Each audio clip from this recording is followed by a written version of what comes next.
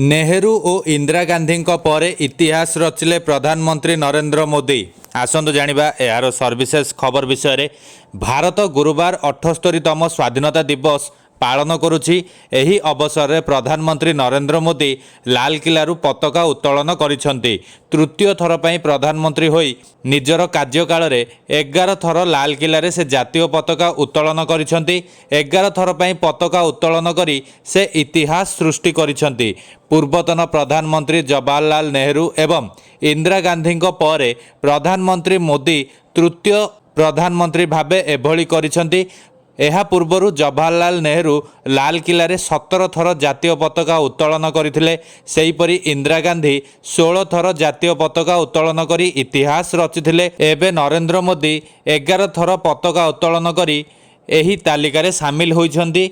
मोदी पूर्वतन प्रधानमंत्री मनमोहन सिंह को अतिक्रम करिसेंती।